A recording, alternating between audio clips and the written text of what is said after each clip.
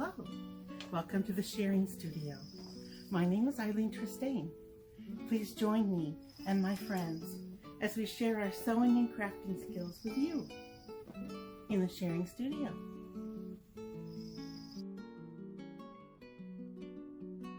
When I showed my friends the video I made of threading needles and tying knots, they reminded me that sometimes a little mechanical assistance is useful, and that I should do a short video on different kinds of needle threaders and my experiences with them.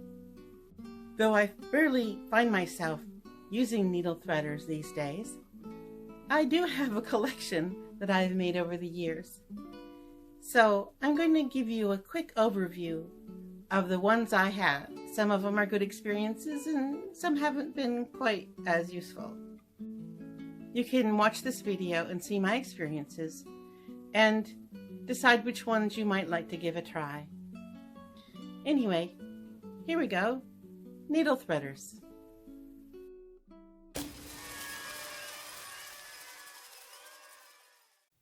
Some people are very effective in getting a hand sewing needle threaded without any assistance and just using the naked eye, and other people need a little help.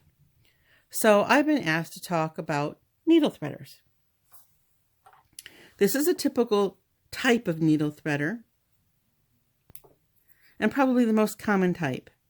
It has a base of some sort, and then it has a loop of wire that's attached to the base at both ends. The way it works is the wire goes through the eye of the needle, and here I'm showing you a large crewel needle so you can see the eye. The wire goes in through the eye of the needle,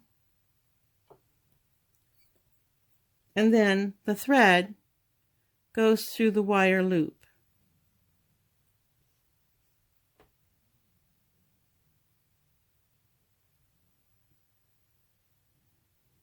Pull a few inches of thread through the wire loop.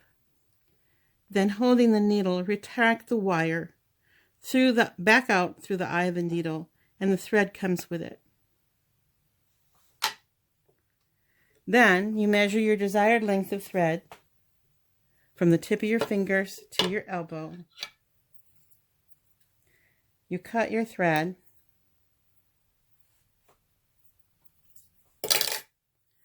and then that's the end you tie your knot in. And you're ready to sew.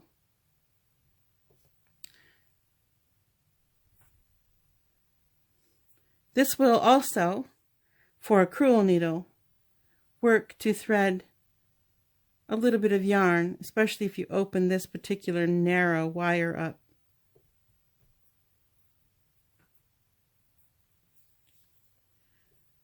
You can thread the yarn onto the wire loop and pull it through a very large eye needle.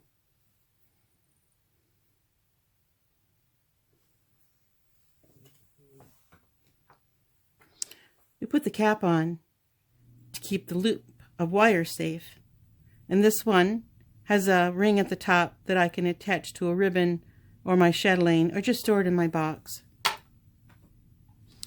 This is basically the same type, only the much less expensive version. It's a little piece of aluminum or other light metal, aluminum I think, and then the wire is attached to that.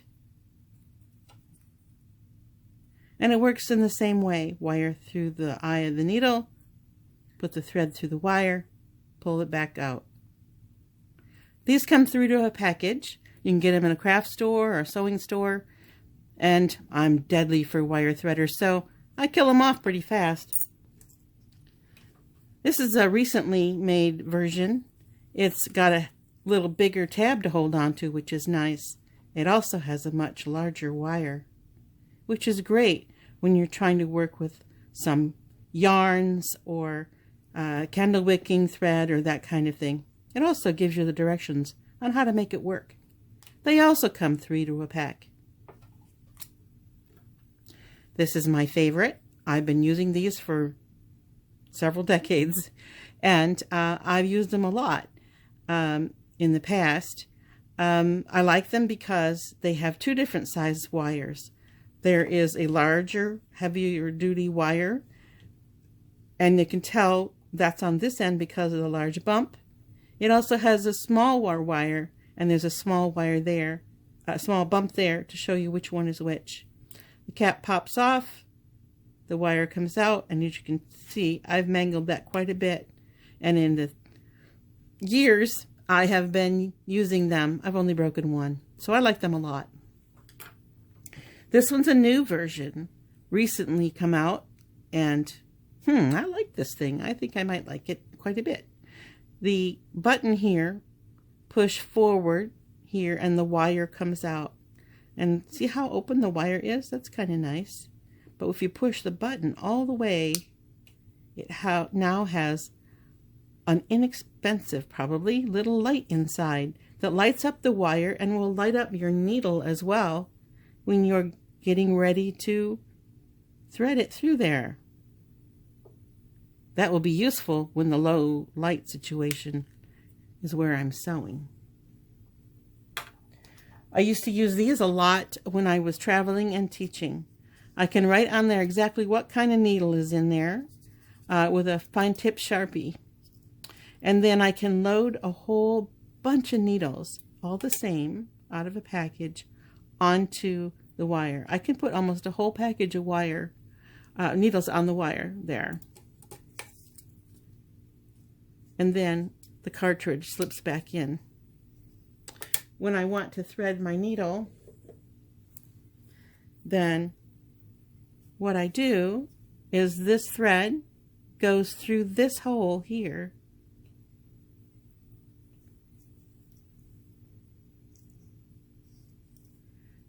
And then I pull off my needles one at a time off of the wire that's on the inside.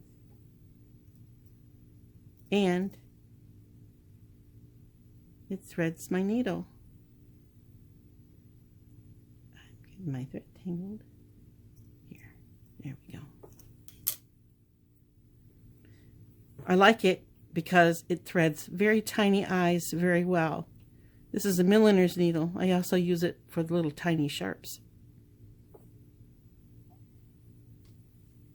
This is a new kind that I hadn't seen before, but my friend has one of these and she really likes it. It's a little bit different than those wires. It has a flat piece of metal here, and my needle gets threaded onto that piece of metal.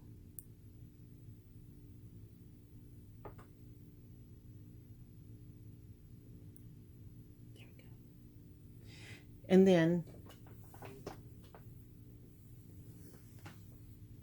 the thread is draped across this little piece of metal, like this. And then there's a little groove in that metal, and my thread will sit into that groove. And I pull the needle off of that wire.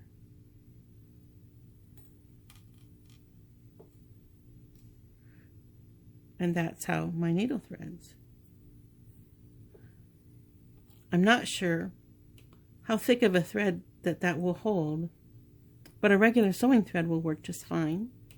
And then this little plastic piece here clips down over that metal piece to protect it from getting broken and to protect you from getting poked.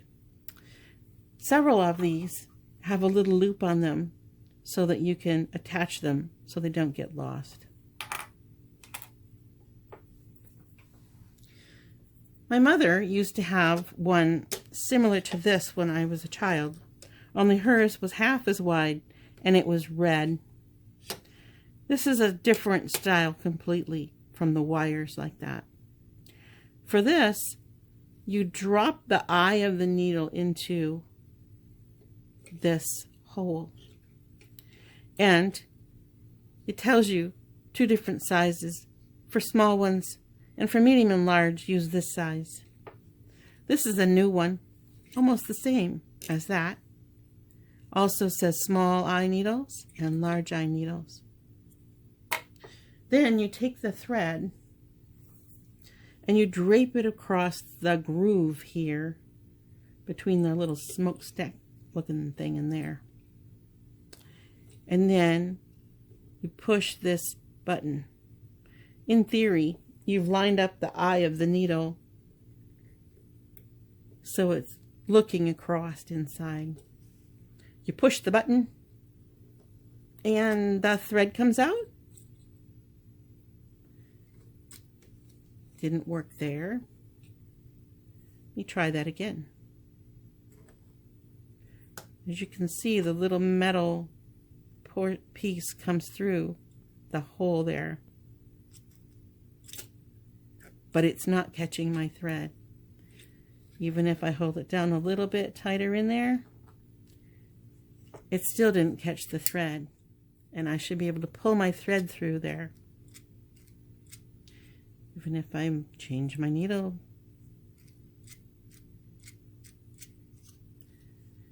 It's not working on an embroidery needle eye on this side. And in my case, this is my experience with this type of needle threader. I'll maybe get it threaded 1 time out of every 5 times I try. This one is the same. But it does have a little cutter in the middle to help you cut your thread. I don't like that kind personally. But you can try that if you like. If you're threading yarn through crewel needles or tapestry needles, this works pretty good. This is actually a dental tool. It's made to go underneath the bridge and take the floss underneath the bridge or whatever of your dental work. And they work really good. Sometimes I have to squish the loop of the nylon down a bit to go through the eye of the needle. And then the yarn goes through that big loop of nylon and pulls through pretty quick. I keep those around for that. It's pretty good. I like those. There's also this kind. And as you see, there's several, there's different points and there's different eye holes. And this slips over, the needle slips over that loop. The yarn will go through there and then you slide the needle off. This one is also a needle threader, but it's more for a sewing machine or a serger. See the length of the wire? It's very long. And it screws in to the protective case. So, I hope you learned some new stuff about needle threaders and that you'll have a good time sewing. We'll see you soon.